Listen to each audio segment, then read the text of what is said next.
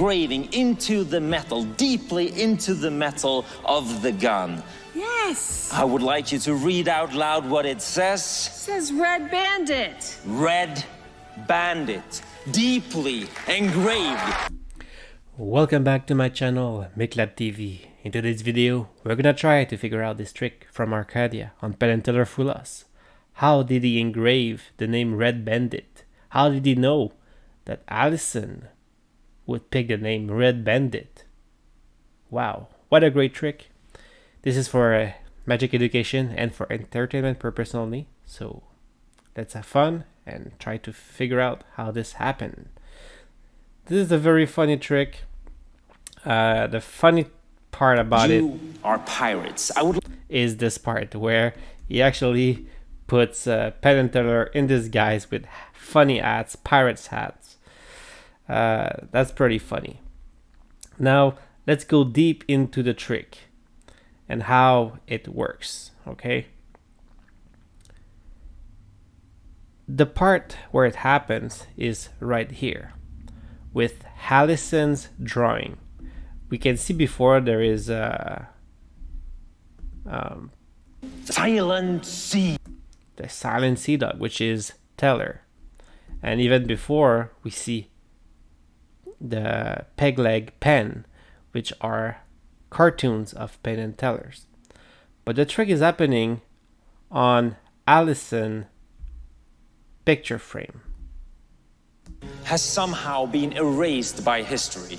So what is happening here is in Arkadia left hand, he is holding the metal piece. And by the way, I do not believe it is a metal piece. To me, I think it's more like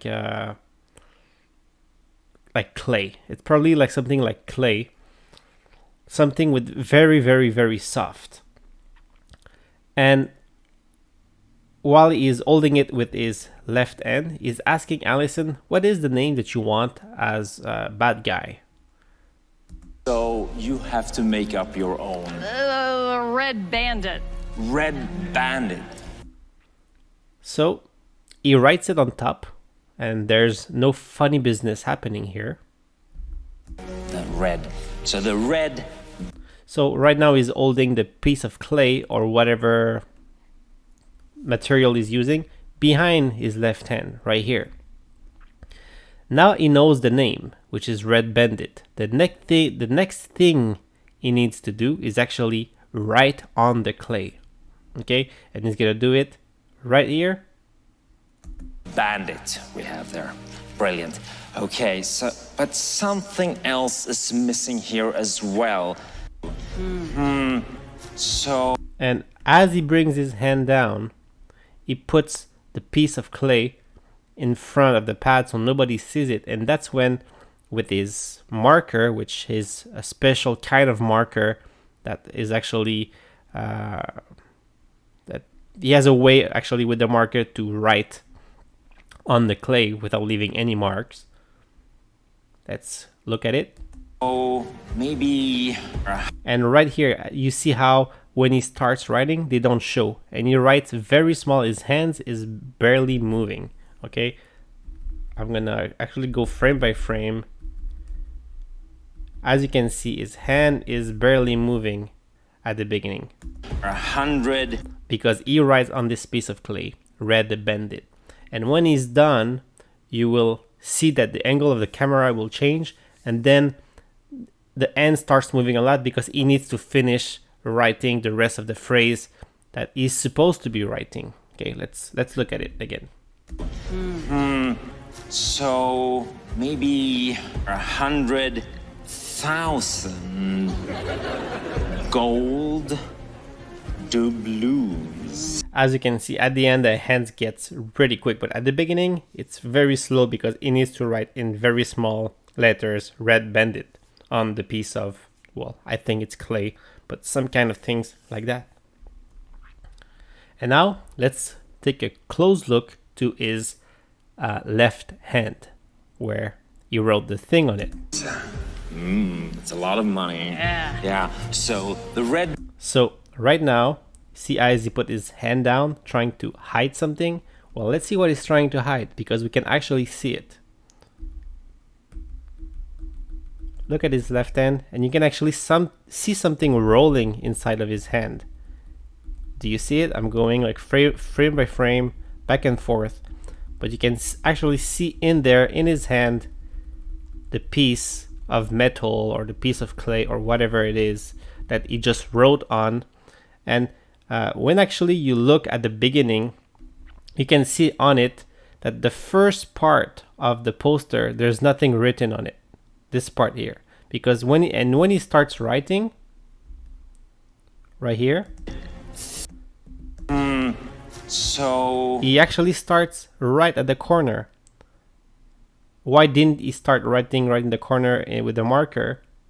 Well, it's because this part is where he writes in the piece of metal.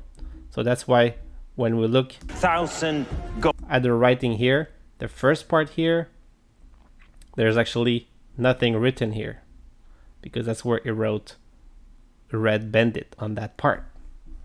So now we know he has something in his left hand. Now let's see the part where he puts the clay, the piece, on the gun. One clue was left on the crime scene. All of this time, remember that the piece is in his left hand. This entire Now, here is another magic part. You know, I'm going to show you.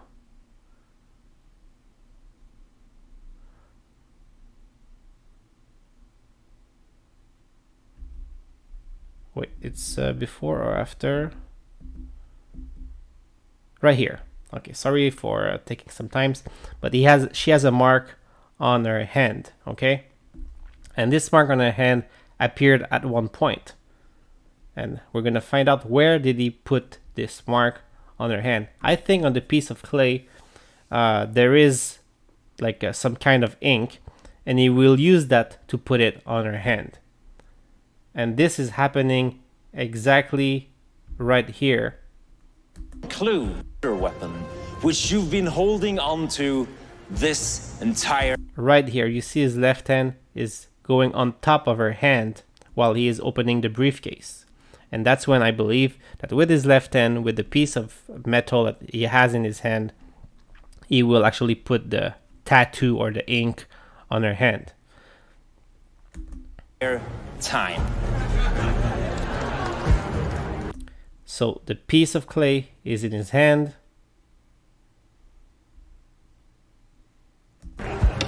And boom, right there, he palms the piece of clay and attach it to the gun. So we cannot see it. Right there. And then he makes sure that it will hold very tight. Of course, on the night of the murder, the assassin cocked. And right there, as you can see, he's making sure that it's clipping properly on the gun. And it's sticking there to make sure it's not gonna fall. And then he asks, And fired the gun, Oh, man. leaving 3 proofs of her identity. The red. that's it guys. Thanks for watching. Have a great day. See you very soon.